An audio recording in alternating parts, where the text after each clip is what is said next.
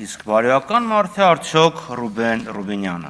Շատ։ Պարոն Ռուբինյան, Ռոբերտ Ֆրանսիս Պրևոստին ճանաչում եք։ Անձամբ ոչ։ Բնականաբար,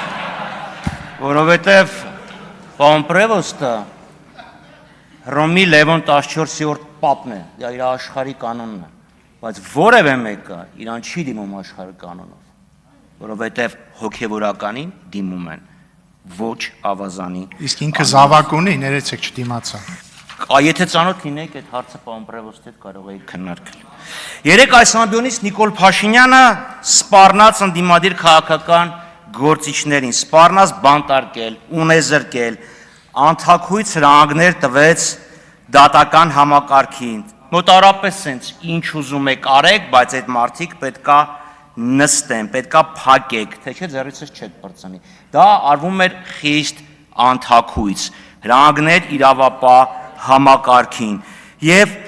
բացարձակապես կարևոր չէ, թե ինչ է ասում սահմանադրությունը, որ սահմանադրությունն ասում է, որ գործադիր եւ դատական համակարգերը անկախ են, ոչ, ինքը պարտադրում է դատական համակարգին։ Հեռավոր անձրևային օրը 2019 թվականին իր արդյունքն է տալիս եւ իրոք այսօր իր ստեղծած դատական համակարգում հազիվ թե գտնվեն գոնե մի 10 դատավոր կամ թվեր չասեմ, լավ, դատավորների չգիտեմ քանի տոկոսը կհանդգնի Նիկոլ Փաշինյանի հրահանգները չկատարել։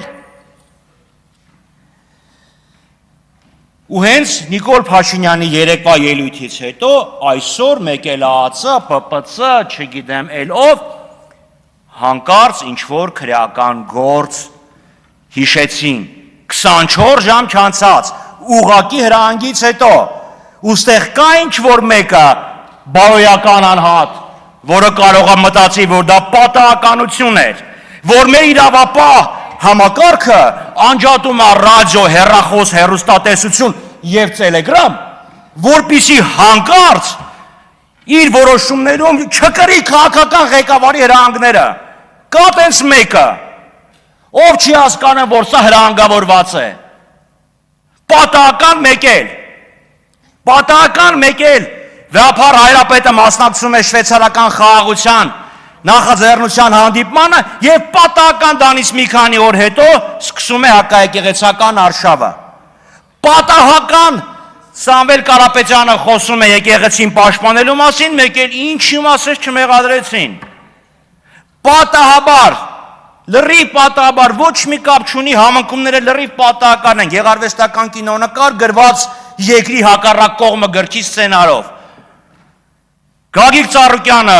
մտնում է քաղաքականություն, խոսում է իր առյուծի մասին, մեկ էլ հոպ առյուծը սատկեց, Գագիկ Ծառուկյանը հայտնվեց բանտում։ Իդեպ շատ հետաքրքիր է, 2018 թվականին Նիկոլ Փաշինյանը ասում է, Գագիկ Ծառուկյանը խոշոր սեփականատեր է, 2026 թվականին ասում է Գագիկ Ծառուկյանը օլիգարխ է։ Պարոն Փաշինյան, այսինքն ձեր օրոք ծնվեցին օլիգարխներ, բա դուք խոսում էիք ժողովրդավարությունից, ազատությունից, երբ եք պատասխան տալու, որ ձեր օրոք օլիգարխներ եք բուծել։ Չեք խոստանում, իհարկե չեք խոստանում։ Ինչ մեղադրանքներ ասես Ռոբերտ Քոչարյանին չեն ներկայացրել։ Ինչ ասես։ Սկսած Եռաբլուրը սեփականաշնելուց։ Եռաբլուրն ուր, Տոյոտա Երևանը ուր։ Հլա աշխարհագրորեն նայեք։ Այս հասկանում եմ, որ ձեր օրոք Եռաբլուրը եռապատկվել է,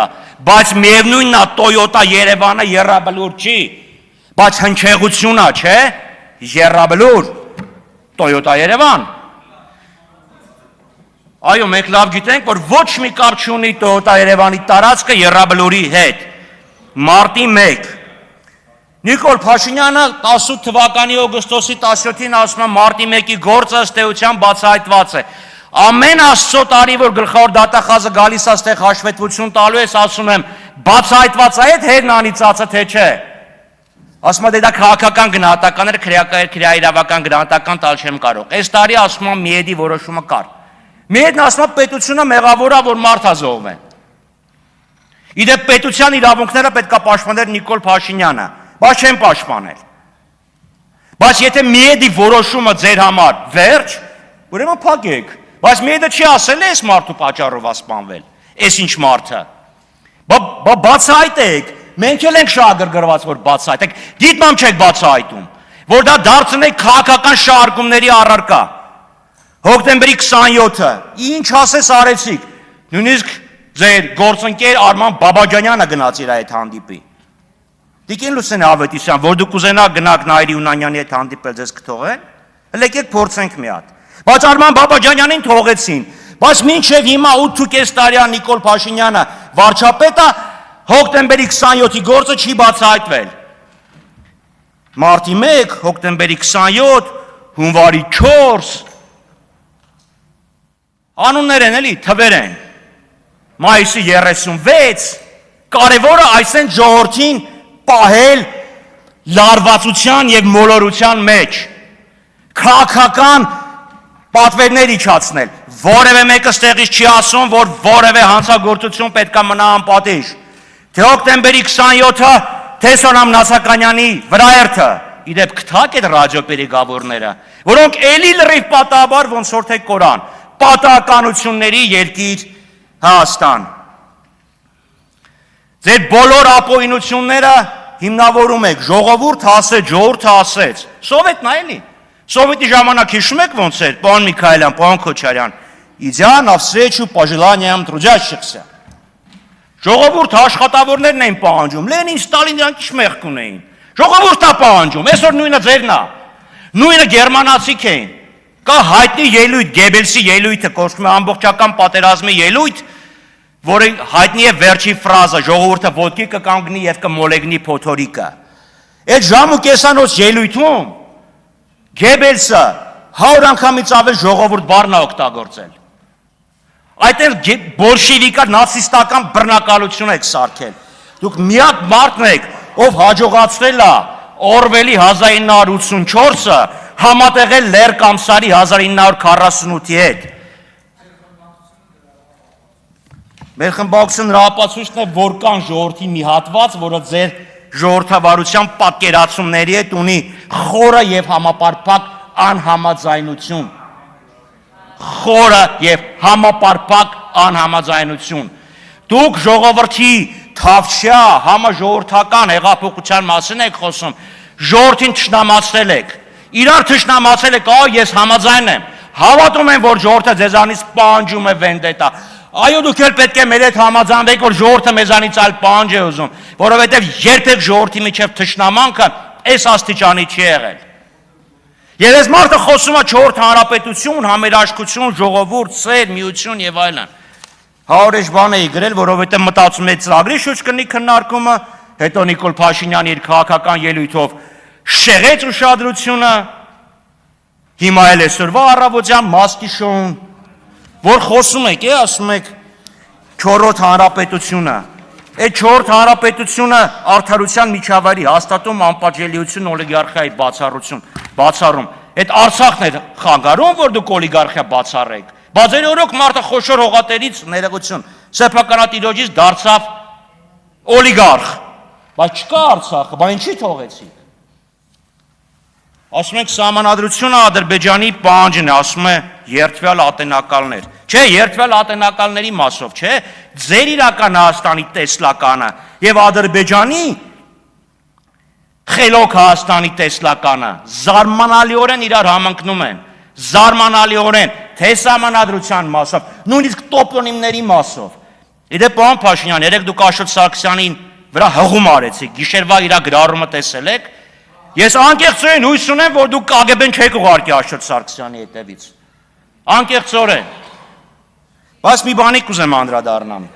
ծրագրից, վերջը չմոռանանք, որ հավաքվել են կառավարության ծրագիրը քննարկելու համար, իդեպ ձեր կառավարության և ազգային ժողովի մտածելակերպի մասին, այս ուխտը դնում եք կայքի վրա, մարդիկ տպում են, հետո տպում եք այդ գրքույկները, ափսոս չի ժողովրդի փողը, եք մսխում, ուրեմն ստեղ գրած է,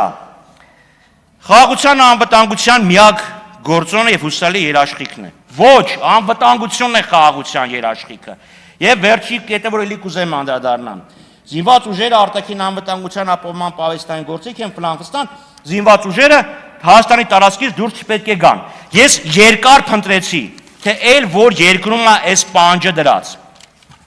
Կոստարիկան ընդհանրապես բանակ չունի, Բելարուսը, ինչա Բելարուսը դա արա, ես չգիտեմ, Բելարուսի նախագահան ձեր ընկերն էր, հիշում եք, որ ասում էր, դա ամբողջը, это все бывший, а теперь бедный Никол Ваваевич, это все расхлебывает։ Մի հատ խնդրեմ իրան հարցրեք, ինչա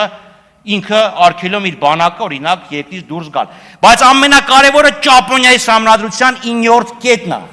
որտեղ կա իմպերատիվ պահանջ, որ Ճապոնիայի ինքնապաշտպանական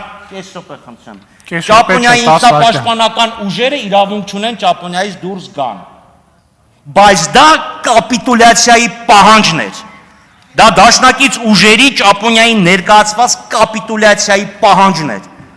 Հիմա այն մատեք Հայաստանի հետ եւ հորիզոնականներ տարեք։ Եվ կտեսնեք, թե ինչպես եղավ, որ Նիկոլ Փաշինյանի իրական Հայաստանը եւ Ադրբեջանի պատկերացած իրական Հայաստանը այդքան իրար նման են։ Լևոն Քոչարյանը դալիճում չէ, Աննա Գրիգորյան, նախապատրաստվի Վահագն Ալեքսանյան։